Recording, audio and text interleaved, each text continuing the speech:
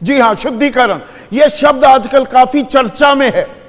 और क्यों? क्योंकि वोटर लिस्ट का शुद्धिकरण हो रहा है और इस शुद्धिकरण पर एक सियासी रण घमासान लगातार चलता जा रहा है। लेकिन अब इसमें एक और अध्याय जुड़ गया है और यह है राजनीति का शुद्धिकरण, बल्कि मैं कहूं सत्ता का शुद्धिकरण। आज गृह मंत्री अमित शाह ने संसद में एक संशोधन विधेयक, संविधान संशोधन विधेयक पेश किया, कॉन्स्टिट्यूशनल अमेंडमेंट 130वीं। और क्या बदला जा रहा है? अगर आप जेल में रहते हैं 30 दिन से ज्यादा और आपको 5 साल की सजा सुनाई गई है किसी भी मामले में, और अगर आप देश के प्रधानमंत्री हैं या मुख्यमंत्री हैं या केंद्रीय मंत्री हैं या राज्य में मंत्री हैं, तो 31वें दिन या तो खुद हट जाओ, सत्ता में से त्याग पत्र दे दो, वरना स्वतः आपका त्याग पत्र कबूल कर लिया जाएगा, यानी कि आप सत्ता में नहीं बनेंगे। तो आप में से बहुत से लोग कहेंगे ये तो अरे भाई बहुत अच्छी बात हुई, ये क्या तमाशा बना रखा है, अपराध करोगे, भ्रष्टाचार करोगे, पर सत्ता से चिपके रहोगे, जेल भी जाओगे, लेकिन त्याग पत्र नहीं दोगे। यह तो होना चाहिए, यह तो अच्छी पहल है। लेकिन राजनीति में जो दिखता है और होता है उसमें बहुत फर्क होता है, दिखने और होने में। और टाइमिंग इज ऑफ एसेंस, कोई चीज किस वक्त क्यों की जा रही है और उसी वक्त क्यों की गई, उसी में राजनीति छिपी होती है। तो ये 11 साल बाद ऐसा क्यों याद आया कि भाई सत्ता के शुद्धिकरण की जरूरत है देश को, राजनीति का शुद्धिकरण हो जाएगा। क्या ये वोटर लिस्ट के शुद्धिकरण को लेकर कुछ घमासान मच गया है एनडीए में? क्या चंद्रबाबू नायडू थोड़े नाखुश हैं? वो आंखें तरेर रहे हैं, he is flexing his muscles कि हमारी बात भी माननी पड़ेगी, ऐसे थोड़ा चलेगा, जो आप करें, जो बीजेपी कहे वही सही। कुछ चर्चाएं हो रही थी, खबरें आ रही थी, राहुल गांधी के संपर्क में है चंद्रबाबू नायडू। अब क्या मुख्यमंत्रियों को बताया जा रहा है आपको कभी भी हम हटा देंगे? और ये सारे जो आरोप लगते हैं या ईडी या सीबीआई का शिकंजा कसता है वो विपक्षी दल के नेताओं पर ही क्यों?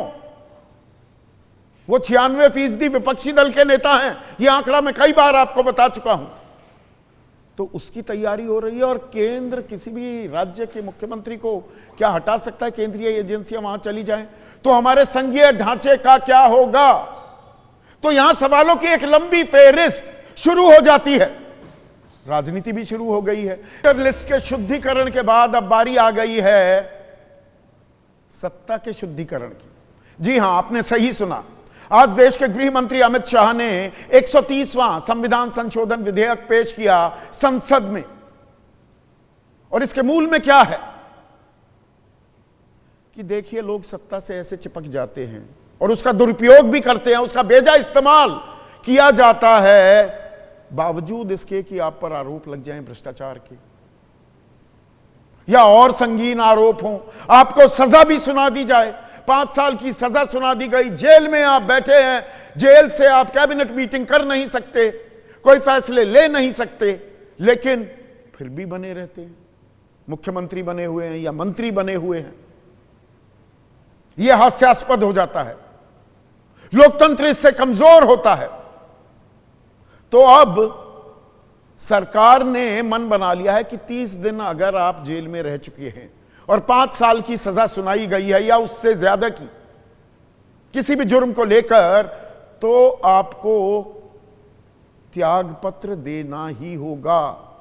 और यह विधेयक जब कानून बनेगा, यह प्रधानमंत्री, केंद्रीय मंत्री, सभी मुख्यमंत्री और सभी राज्यों के मंत्रियों पर लागू होगा। यानी कि जो हमने अभी पिछले कुछ दिनों में देखा था, पिछले साल हमने देखा 177 दिन जेल में रहे अरविंद केजरीवाल,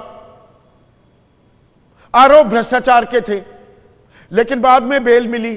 तब वो जब मिल गई उसके बाद ही उन्होंने मुख्यमंत्री पद से इस्तीफा दिया, आतिशी दिल्ली की मुख्यमंत्री बनी। लेकिन 177 दिन वो जेल में ही बैठे रहे और मुख्यमंत्री बने रहे, कोई फाइल साइन हुई नहीं। तो ये सत्ता का तो दुरुपयोग है, ये मखौल तो बनता है। ये कौन सी व्यवस्था है? हालांकि संविधान में ऐसा कोई प्रावधान नहीं है कि अगर आप पर आरोप लगते हैं, आपको सजा सुना दी जाए तो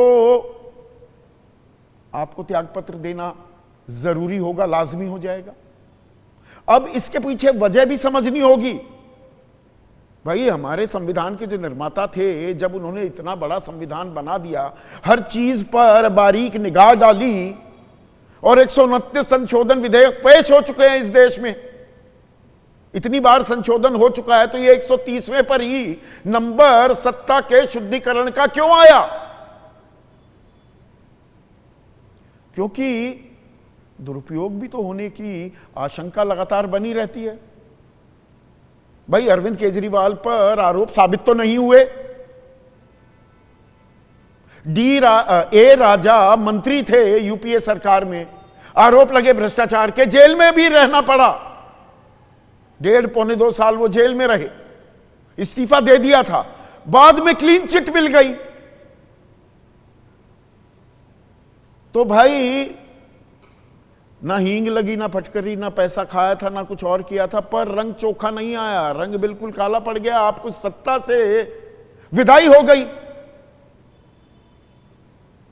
आरोप भी तो गलत लग सकते हैं, या फंसाया भी तो जा सकता है।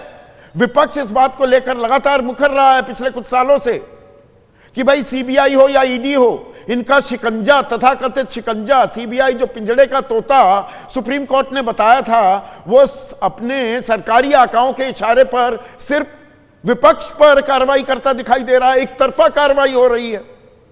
और वो आंकड़े मैंने आपके सामने पेश किए हैं। एक 96% जितने राजनेताओं पर केस हुए सीबीआई के, वो विपक्षी नेता थे। पिछले 10 सालों में ईडी ने 193 राजनेताओं पर शिकंजा कसा है, लेकिन सजा कितनों को हुई? कन्विक्टेड कितने हुए? आरोप सही साबित कितनों पर हुए? महज 2%, सिर्फ 2%। स्ट्राइक रेट 1% से भी कम। तो इसी को लेकर अब सवाल उठने लगे हैं। सवाल यह भी, क्या वोटर शुद्धिकरण से तो नहीं जुड़ता ये सत्ता के शुद्धिकरण का मसला? क्योंकि बीच में खबरें बहुत आ रही थी दक्षिण से। अब थोड़ी क्रोनोलॉजी समझिए। दक्षिण से ही एनडीए ने, खास बीजेपी ने उपराष्ट्रपति पद के लिए अपना उम्मीदवार उतारा है, सीपी राधाकृष्ण, तमिलनाडु से आते हैं। जगन मोहन रेड्डी, आंध्रा के मुख्यमंत्री, लगातार ये आरोप लगाते आ रहे हैं पिछले कुछ दिनों में कि कुछ खिचड़ी पक रही है। भाई, वो खिचड़ी क्या? कि राहुल गांधी से लगातार मुलाकात कर रहे हैं चंद्रबाबू नायडू। पर चंद्रबाबू नायडू तो उन 2 बैसाखियों में से एक बैसाखी है जिसके सहारे एनडीए की सरकार चल रही है केंद्र में, क्योंकि बीजेपी के पास अपने दम पर 240 सीटें हैं। सत्ता से, उस जादुई आंकड़े से बहुमत के 32 सीटें कम, उसमें 16 सीटें टीडीपी की हैं। अब टीडीपी पींगे बढ़ाने लगा है क्या विपक्ष के साथ? और ऐसे में अब उसे बताया जा रहा है कि सत्ता की गद्दी से आउट किया जा सकता है। और यहां सिर्फ चंद्रबाबू नायडू की बात नहीं है। ये अगर कानून बन गया, ये विधेयक कानून की शक्ल अख्तियार कर लेता है, तो हेमंत सोरेन मुख्यमंत्री हैं, उन पर तो मनी लॉन्ड्रिंग का केस चल रहा है, वो तो जेल में भी होकर आए। हां, उन्होंने इस्तीफा दे दिया था। और यहां मैं ये बता दूं, 30 दिन हिरासत में रहे तो 31वें दिन गद्दी तो चली जाएगी, लेकिन अगर आप आरोप मुक्त हो जाते हैं तो आप वापस आकर गद्दी पर काबिज भी हो सकते हैं। इस पर कोई रोक नहीं है। यही बात अमित शाह भी कह रहे हैं कि भाई, मेरे ऊपर भी आरोप लगे थे जब मैं मंत्री था गुजरात सरकार में, तो मैंने पदों से इस्तीफा दिया, केस लड़ा, चुनाव केस जीता, उसके बाद वापसी की सत्ता के गलियारों में। पर मैं हेमंत सोरेन की बात कर रहा था। हेमंत सोरेन के साथ साथ रेवंत रेड्डी, उन पर भी 2015 में मनी लॉन्ड्रिंग का केस था, वो जारी है अभी। वो दरवाजे खुल सकते हैं क्या? डीके शिव कुमार उप मुख्यमंत्री हैं, कर्नाटक में, उन पर भी इंक्वायरी चल रही है।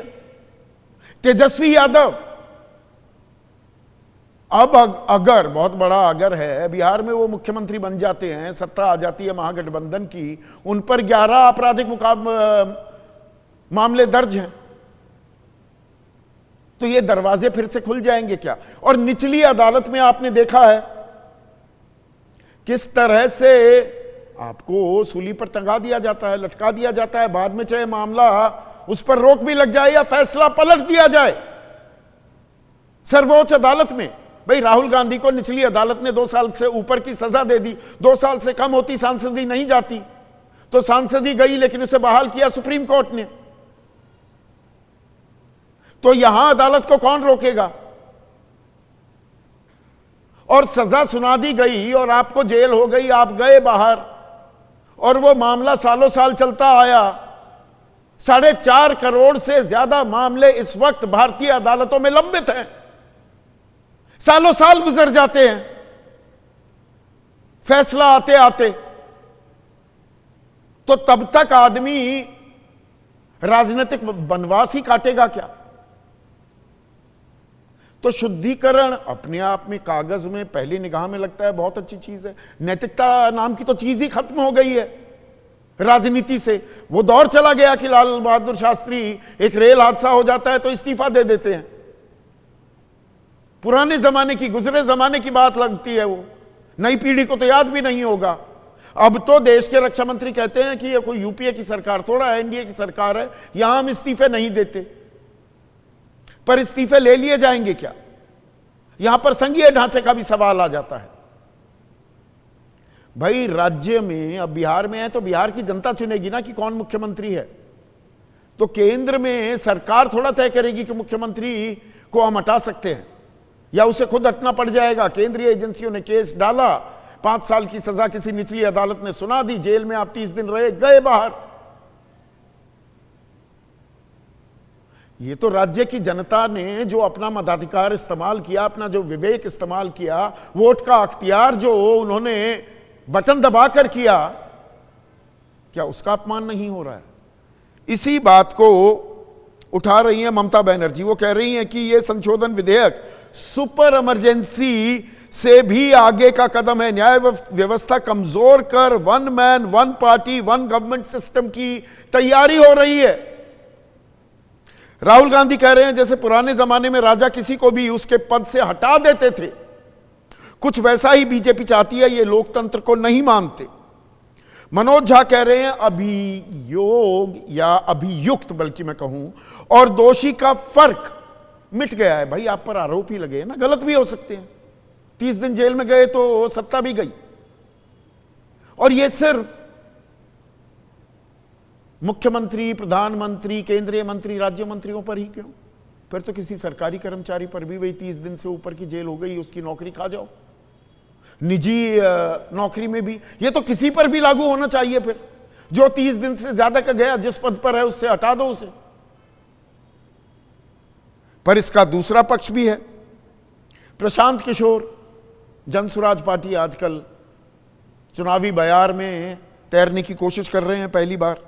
वो कह रहे हैं बिल्कुल ठीक है, अगर आप पर कोई आरोप लग रहा है और आप जेल जा रहे हैं तो आप जेल में बैठकर सत्ता नहीं चला सकते। संबित पात्रा ने भी कहा है विपक्षी पार्टियां चाहती हैं कि जेल से सरकार चलती रहे, जबकि रविशंकर प्रसाद बीजेपी के वरिष्ठ नेता हैं, वो कह रहे हैं केजरीवाल जैसे लोग जेल जाते हैं लेकिन इस्तीफा नहीं देते, ये बिल उसका उपाय कर रहा है। ऐसे लोगों का उपाय है या जो बात आपकी ना माने उसको डराने की भी तैयारी हो रही है क्या? अमित शाह ने क्या कहा, पलटवार क्या किया है अखिलेश यादव ने, उस पर भी एक नजर डाल लेते हैं। महोदय, मैं प्रस्ताव करता हूं कि भारत के संविधान का संशोधन करने वाले विधेयक को पुनर्स्थापित करने की अनुमति दी जाए। उन्होंने अपनी कुर्सी, अपना रुतबा बचाने के लिए इस तरह के फैसले लिए और फैसले लेने के बाद भी, चाहे वो जर्मनी का रहा हो तानाशाह, इटली का तानाशाह रहा हो, रशिया का तानाशाह रहा हो, वो अपनी कुर्सी नहीं बचा पाया। में आज का सीधा सवाल, सत्ता का शुद्धिकरण भीषण होगा राजनीति का ये रण, यानी कि राजनीति होगी भीषण, सत्ता का शुद्धिकरण, राजनीति होगी भीषण, बिल है बहाना, विपक्ष है निशाना।